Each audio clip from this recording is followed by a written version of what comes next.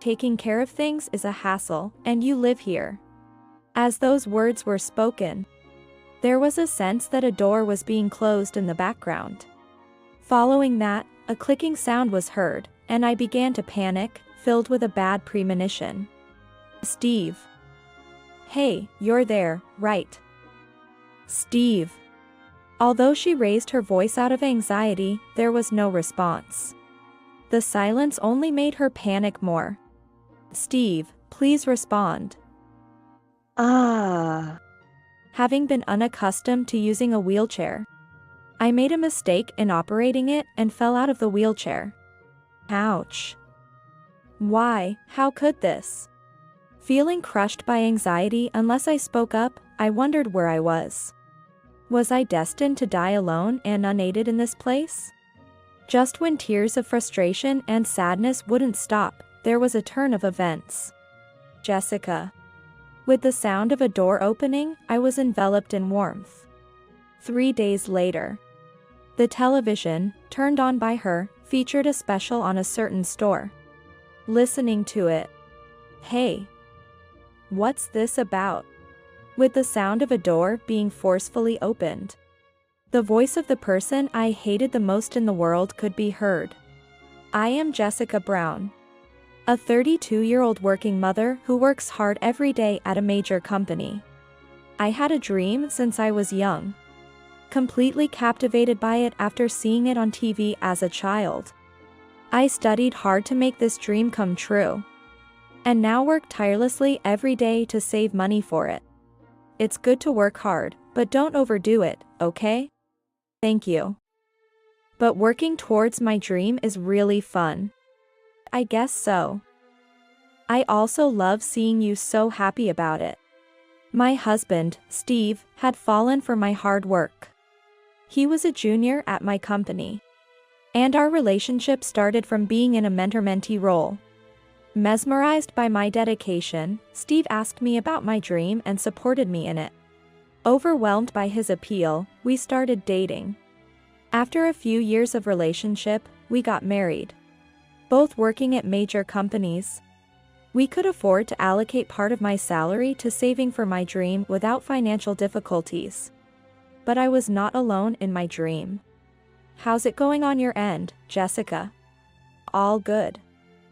How about you, Jennifer?" "Of course. I'm just a little short of reaching my goal." "My best friend, Jennifer. We met in high school." "Hey, don't you think our names are similar?" "Really? Do you think so? Our names sound kind of similar, don't they?" The similarity in the pronunciation of our names was what initially brought us together, and discovering that we shared the same dream only deepened our bond. Since then, we have been encouraging each other to work towards making our dream a reality someday. Before we knew it, my dream had become our dream. My monthly joy was checking the dream savings account. The more the money accumulated, the closer we got to our dream, which was exciting. However, upon checking, I froze in shock. Inexplicably, about $5,000 had been withdrawn from my dream savings account. Only 2 people knew about this account's existence: Steve and Jennifer. Among them, only Steve knew where the bank card was. I went straight home and confronted Steve, who was lounging around at home. "Hey. Did you withdraw money from my dream savings without asking?" "Huh? Yeah. I borrowed it a bit." "Borrowed? You know how hard I've worked to save up until now, don't you?" You're so noisy. I'll return it eventually." Without any sign of remorse, I felt my head was going to explode with anger. Besides, isn't it stupid for a woman over 30 to be chasing dreams? What? Lately, Steve has been mocking my dreams like this. He brings up my age, saying if I have time to chase dreams, I should be contributing to his younger self instead. "You used to support me, and that doesn't give you the right to use my money as you please. It's fine since the money is shared between husband and wife anyway. Some of that money was saved from before I was single. Where did you put my bank card? I somehow managed to get the bank card back from Steve. Now, I need to hide this bank card somewhere it won't be found again. You're so annoying. If you have that much, it's okay to use a little, right? Hearing Steve mutter this, a gong went off in my head. I pay for all the living expenses and rent. I don't want to hear complaints from someone who doesn't contribute at all. What? Steve and I have a significant difference in our salaries. I'm older and have been working longer, but I still managed to keep my performance at the top. On the other hand, Steve's performance is so poor that even his juniors outperform him. That's because you were my mentor. How many years ago was I your mentor? Whose fault is it that someone hasn't grown since then?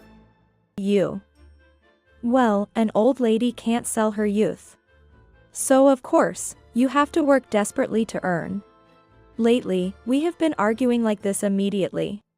Until a few years ago, Steve used to say, "I support you. Keep it up." Perhaps it started when I turned 30? Since then, he has started calling me an old lady and frequently brings up my age.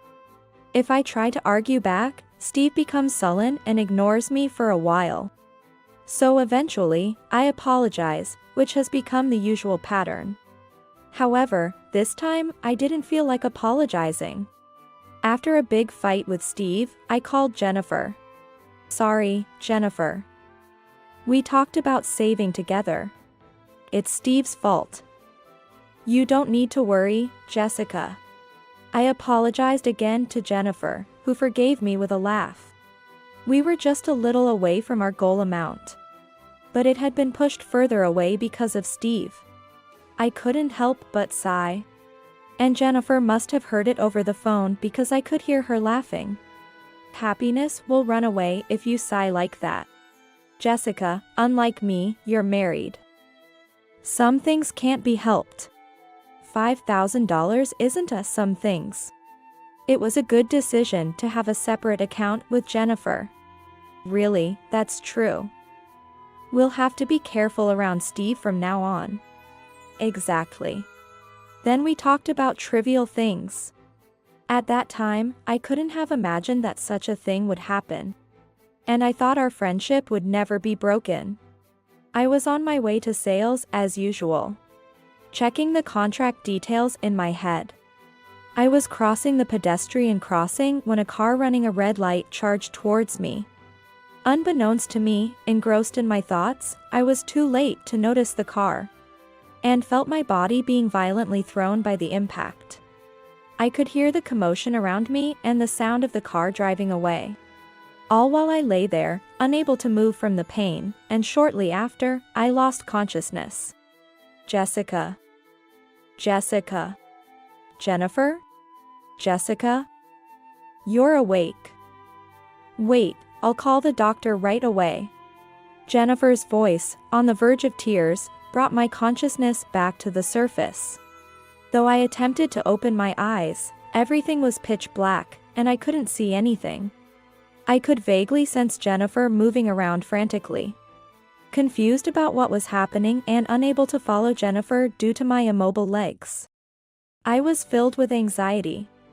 Then, I was explained my condition by the doctor who Jennifer called. I know this is a shock, but please try to stay calm. Your eyes were damaged in the accident. To sum it up, the accident caused me to lose my sight and paralyzed my lower body. I was faced with the reality that I would be blind and confined to a wheelchair for life. Why me? I was so close. I was plunged into the depths of despair. My long-pursued dream was now unreachable, shrouded in sorrow. But Jennifer stayed by my side throughout, offering her unwavering support. Jessica. I won't give up. I'll work hard for both of us. I'll make our dream come true and gift it to you, so don't you give up. Honestly, I thought about giving up entirely. But Jennifer's relentless encouragement helped me reconsider. And then, Jessica. Steve rushed over upon hearing I had regained consciousness. During my hospitalization, Steve, despite my inability to see, stayed by my side, alleviating my anxiety somewhat. I couldn't be more thankful to both of them. However, that was only the beginning. Jennifer stopped visiting me. In my current state, I couldn't even contact her myself. What made things worse was Steve's attitude. Initially, he was caring and talkative, but gradually, he spoke less and visited less often. Even when he did come, I could only hear the sound of him tapping on his smartphone. Steve. How's work been lately? It's none of your business. His response was curt to my attempts at conversation. I was deeply hurt by his attitude and even more so by Jennifer's absence. In truth, I had entrusted Jennifer with the Dream savings account, considering it a place Steve could never access. Could it be that she stopped coming after obtaining that account? Maybe Steve wasn't truly worried about me? This thought made me increasingly despondent. Alone in my hospital room, I spent my days crying in solitude. After some time, I was discharged and returned home. Filled with apprehension, I chose to leave upon hearing Steve's once again kind words. "Don't worry. I'm here for you." As we drove, I sensed something was off. The hospital and our home were only a short drive apart. Yet the journey felt significantly longer. "Steve? Where are we going?" "There's a place I want to stop by." But I wanted to go straight home and I was hesitant to wander about without my sight. Sensing my unease, Steve spoke in a gentle voice. "The place we're going, even without sight, you can enjoy it. It's related to your dream, you know?" Thinking about my dream immediately brought Jennifer to my mind. She had promised to strive for our dream on my behalf, to give it to me as a gift. I hate to say it, Jessica, but Jennifer betrayed you. What? Jennifer? What do you mean? I asked Steve, my voice trembling with shock. I could hear the tremor in my own voice. "Actually, after Jennifer got her hands on your bank card and PIN, she disappeared. I've been trying to get it back all this time. I couldn't make much progress. And I ended up taking it out on you while you were weak in the hospital." "I'm really sorry." Steve explained that his cold attitude towards me was because he was searching for Jennifer without telling me. He was fiddling with his smartphone to gather eyewitness accounts by contacting everyone he knew. At that moment, I couldn't believe Jennifer had betrayed me, and my thoughts froze. I couldn't pick up on the sense of unease that I normally would have noticed. But I finally found her. "So, let's go together and get our revenge." "Okay." And with that, I nodded. We continued driving somewhere for a while, led by Steve. I wondered if it was okay to have come so far away, as anxiety gripped me. "We're here," the car stopped. With Steve's help, I got out of the car and felt myself being pushed in a wheelchair into some indoor space. "Hey, Steve. Where are we? There's no sign of anyone here." "Of course, there isn't. This is an unused vacant house." "What?" Steve's presence and voice faded away. I tried to reach out to Steve, but I couldn't grasp anything. Suddenly, I was overcome with fear. "Steve. Where are you?" Behind me, I heard Steve's laughter. "Taking care of things is a hassle, and you live here." With those words, I sensed a door closing behind me. Then, a clicking sound, and I began to panic with a bad premonition. "Steve. Hey, you're there, right?" "Steve." Though I raised my voice out of anxiety, there was no response. The silence only made me panic more. "Steve, please respond." Having been unaccustomed to using a wheelchair, I made a mistake in operating it and fell out of the wheelchair. Ouch. Why, how could this? Feeling crushed by anxiety unless I spoke up, I wondered where I was. Was I destined to die alone and unaided in this place? Just when tears of frustration and sadness wouldn't stop, there was a turn of events. Jessica. With the sound of a door opening, I was enveloped in warmth. I'm sorry, so sorry, Jessica. Jennifer. Is that you, Jennifer? I could feel the arms around me trembling, and my right shoulder getting slightly wet. Was Jennifer crying while hugging me? Why was she here?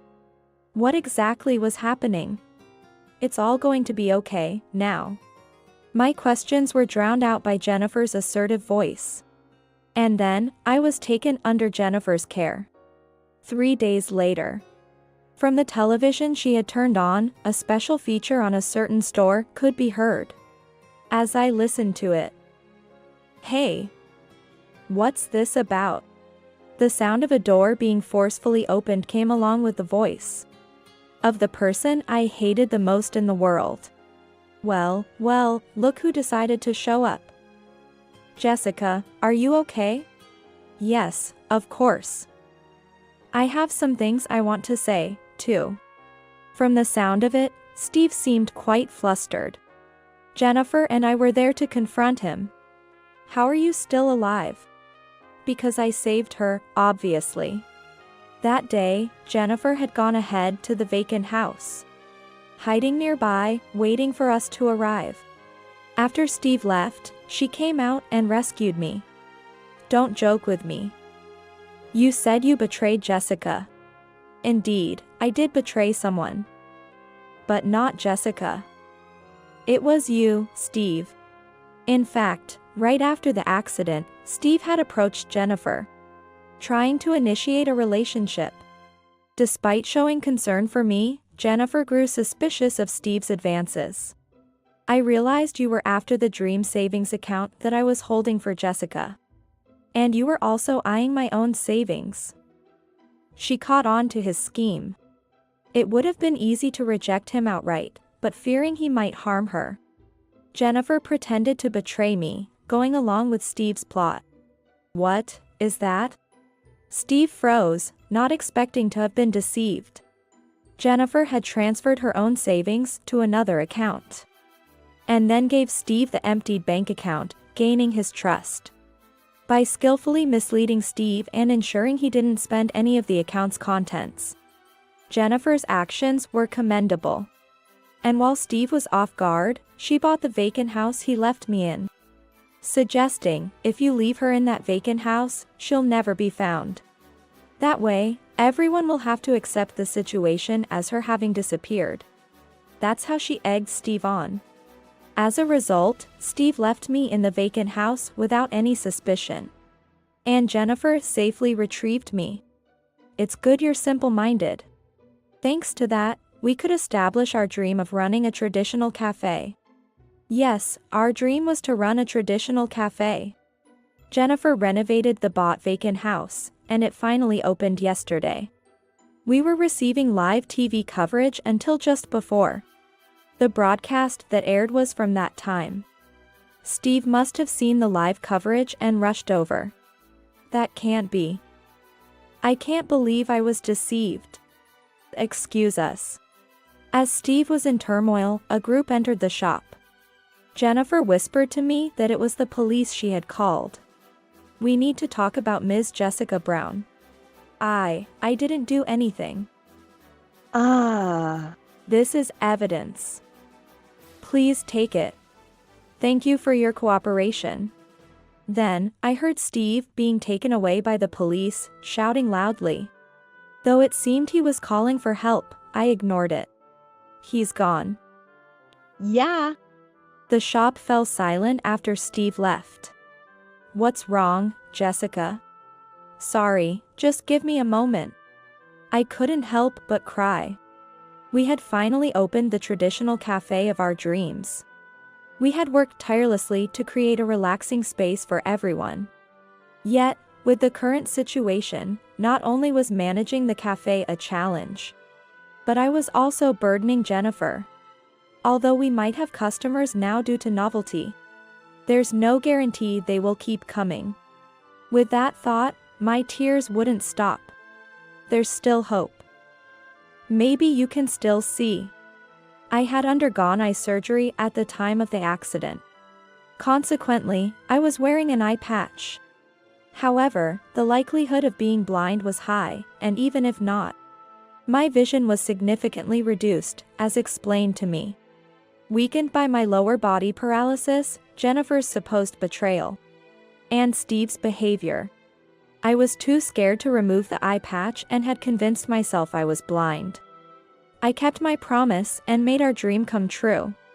So, let's go to the hospital together. I nodded to those words. Then, on a day the cafe was closed, Jennifer took me to the hospital. There, when the eye patch was removed, I was able to perceive light. With the right glasses, you should be able to see properly. Jennifer was overjoyed as if it were her own sight that had been restored. Honestly, I couldn't see her face, but I thought maybe I could try a little harder. After that, I divorced Steve. Thanks to Jennifer thoroughly investigating Steve, we found out why he had become so abusive. Steve had been cheating on me with a younger colleague. Moreover, this affair partner was the very person who hit me with the car. They were both arrested for their respective crimes, and ended up having to pay me a significant amount in damages. Anyone who dares to hurt my best friend will never be forgiven. Calm down, Jennifer. Even without you lifting a finger, they have nothing but hell waiting for them. During an interview, I accidentally revealed how I ended up in this condition and that Steve had left me behind. Of course, Steve was fired. Even after his release, he will face nothing but hellish days. On the other hand, I'm doing well. The damages allowed me to buy good glasses. With my vision partly restored, my motivation soared. Although I'm still in a wheelchair, the things I can do have significantly increased. All the handicrafts in our store are made by me. And I continue to create more in between administrative tasks. The handicrafts have been well received by customers, contributing to the store's profits. Just when I had almost forgotten about Steve's existence. Jessica. I'm truly sorry. Steve showed up at the store before opening. He prostrated himself in apology, but we ignored him and continued with the opening preparations as usual. Hey, you. Huh? You're the guy who abandoned his wife, right? What do you want now, shamelessly showing your face here? Steve, scowled at by a customer, left dejectedly. I smiled in gratitude to the customer who had driven him away. Thank you, Peter. No problem. Glad I came early. He's a regular at the store and was the cameraman when the TV crew came. He has continued to visit as a customer since the broadcast. I'm making the drinks today. Please make sure to order one. Really? I'm looking forward to it. You two are so transparent.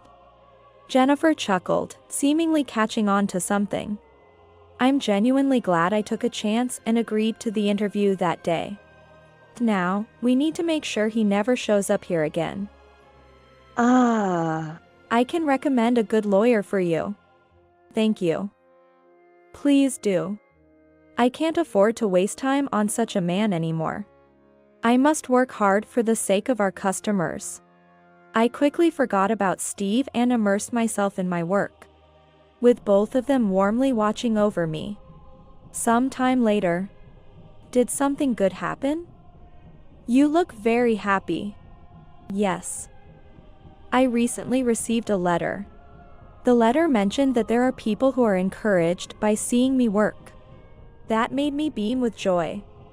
When you smile like that, you're really beautiful. I've come to like you, Jessica. Would you consider dating me? His confession took me by surprise. To be honest, I was also drawn to him, which made me happy. However, there's my condition to consider. After I explained my situation, he said it didn't matter to him. Still, I asked for some time to think it over, so we left it at that for the moment. I just want Jessica to be happy. That's easier said than done. Anyway, make sure you have no regrets. Yes, thank you. My life is going smoothly. On the other hand, Steve ended up in debt. He managed to find a job, but it pays poorly compared to before, and he's being worked hard. Moreover, he's being pursued by the family of his affair partner. I wondered why the family would get involved, but apparently, they demand he takes responsibility because he messed with our daughter. Well, I'll just support him from afar. Since he brought this upon himself, I can't be bothered to help. Thanks to the lawyer's diligent work. He can't seek help from me and seems to be suffering quite a bit. He got what he deserved. Jennifer muttered this after seeing the results of the investigation we had done. I agreed with her. Later, I remarried Peter. I chose to respond to his feelings because he accepted everything about me. Jennifer celebrated our union, but it turns out she has someone special too. She could only afford to buy the vacant house. But this person helped with everything from purchasing to rapidly renovating it into the traditional cafe we dreamed of. They had been harboring mutual feelings for a while, but were hesitant about the age difference. However, inspired by our situation, they decided to get married. It's all thanks to you, Jessica. No, it's me who should be thankful. Without you, Jennifer, I wouldn't have found this happiness. If I were alone, I might have given up on life a long time ago. I'm truly glad Jennifer was there for me. Will you continue to stand by me? Of course. I finally managed to repay you. I tilted my head at her words. You helped me a lot during our school days. Huh? Jennifer revealed that she had been isolated in middle school. When she bravely approached me in high school, we became close friends ever since. She said she could persevere because I never ridiculed her dreams and aimed for them together, which almost brought me to tears. I decided to cherish this bond moving forward.